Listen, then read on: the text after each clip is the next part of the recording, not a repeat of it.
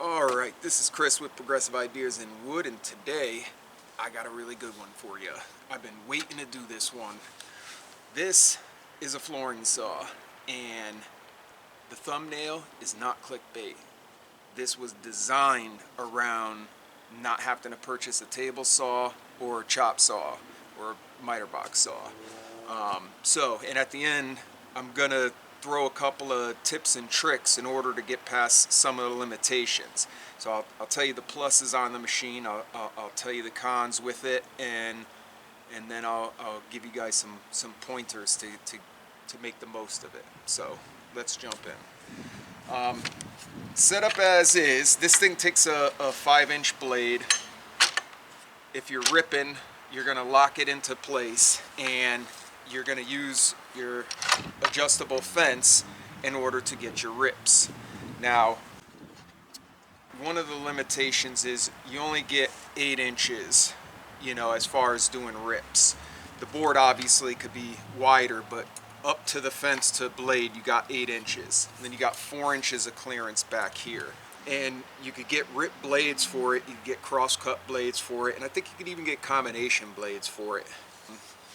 And then the other function of the saw is you just loosen it up, slide it in over there, and then you get this right in here and lock it on down. Obviously you can use a little clamp if you want to, but this is the cross-cut section. At this point you don't lock it into place. You have 12-inch capacity right here, and you're just gonna slide it on through.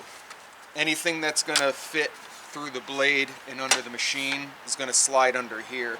My machine gets to almost an inch.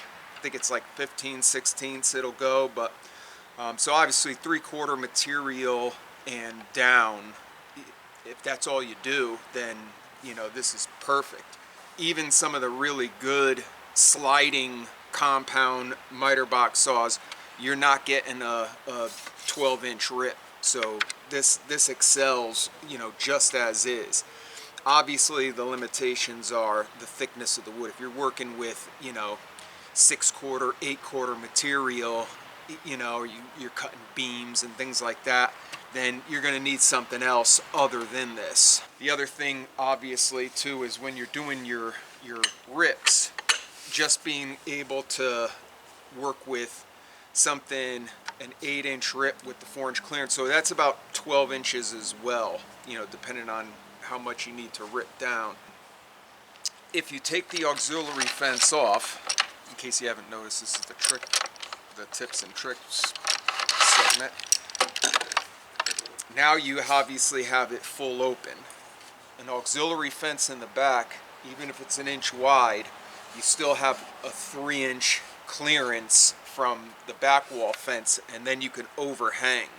So if you're ripping strips for, say, cutting boards, and you had really wide boards for whatever reason, you can still set up where you could cut your 1.5 inch pieces or 2-inch or whatever and just feed them through like that. And then you'd use the same auxiliary fence principle, where if you wanted to go past 12 inches, you could set an auxiliary fence up in the back, and then you get up to 19 from blade to the rail support. So, and it does all types of angle cuts, but you can't bevel. You can't, cock it side to side. You can get angled cuts. You can cut 45s with this cross-cutting and whatnot. Now they go for 120 to 220 or 230 bucks is what I've seen, like 5 different brands. But you can't beat it for the money that you save. If you're working with smaller material, typically, that's a lot of lumber and other tools rather than spending 500 to 1,000, 2,000 on a table saw, and then another 300 to 600 on a sliding miter box saw. It takes up no space either. It's 120, takes up no space. You can't beat it. The whole thing weighs like maybe 10 pounds, so 12 pounds. But I hope you guys got a lot out of this, and I hope it's going to save somebody a lot of money. Nobody ever talks about this tool, so I hope you got something. see you on the next one.